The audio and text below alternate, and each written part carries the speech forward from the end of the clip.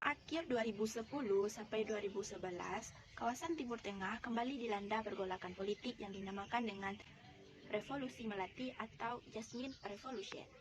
Revolusi Melati merupakan revolusi yang bertujuan untuk menumbangkan penguasa yang dianggap diktator. Revolusi ini berawal dari Tunisia, diibaratkan sebagai efek domino yang mampu menjalar begitu cepat ke Timur Tengah, sehingga menyebabkan ketidakstabilan politik. Peran media massa pada saat itu sangat berpengaruh penting terhadap aktivitas rakyat dalam menumbangkan presidennya. Ketika media konvensional dikuasai oleh pemerintah, maka internet dan jejaring sosial menjadi jalan alternatif media informasi untuk menggerakkan dan mengorganisir massa turun ke jalan. Oleh karena itu, meluasnya revolusi Melati di negara-negara Timur Tengah, salah satunya revolusi Melati di Tunisia. Revolusi di Tunisia bermula dari sebuah aksi self-immolation atau bakar diri oleh seorang tukang sayur yang bernama Muhammad Bouazizi yang berumur 26 tahun. Ia merasa tidak terima barang dagangannya disita oleh polisi. Selain itu juga sebagai bentuk protes terhadap kepemimpinan Zine al-Abidin bin Ali yang telah berkuasa selama 23 tahun. Aksi yang dilakukan pada tanggal 17 Desember 2010 itu menyulut semangat rakyat Tunisia yang merasa senasib dengannya. Rakyat Tunisia melakukan aksi demonstrasi besar-besaran. Pada akhirnya membuat Ben Ali melarikan diri dari Tunisia. Pada 14 Januari 2011, Zine al-Abidin Ben Ali menyatakan mengundurkan diri dari jabatannya sebagai presiden Tunisia. Maka berhasillah revolusi Melati.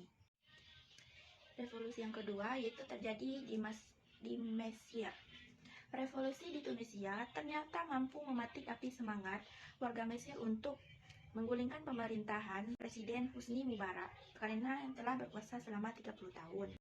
Puncak revolusi Mesir terjadi pada tanggal 25 Januari 2011.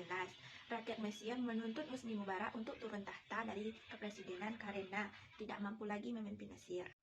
Karena demonstrasi semakin besar dan meluas, maka pemerintah Mesir menutup segala akses komunikasi guna menghambat gerakan protes. Akan tetapi, tindakan tersebut justru semakin menguatkan semangat rakyat Mesir.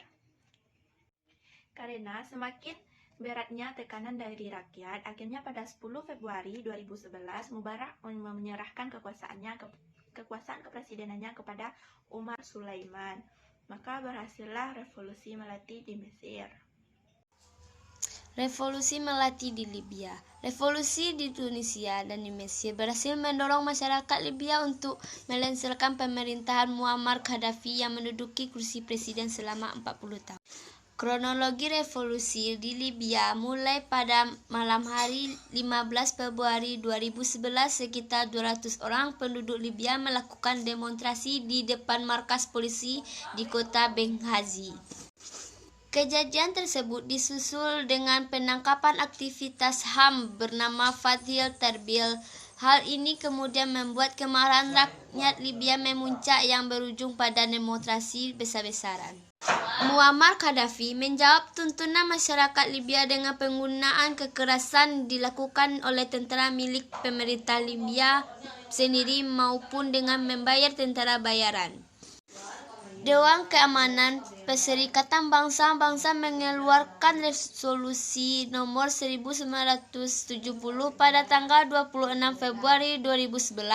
Resolusi tersebut meminta kepada pemerintah Libya untuk menghentikan tindakan represifnya. Namun, resolusi tersebut tidak dijalankan oleh Libya. PBB kembali mengeluarkan resolusi nomor 1973 tahun 2011 yang menjadi landasan atas intervensi terhadap Libya. Intervensi di Libya dimulai dengan adanya ketentuan mengenai no-fly zone atau zona larangan terbang sebagai awal dimulainya intervensi kemanusiaan di Libya.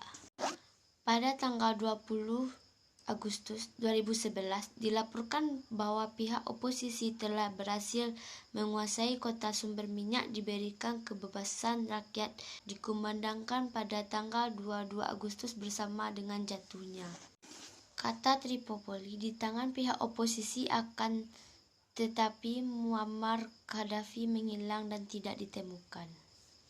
Jangan lupa klik like, subscribe, dan komen.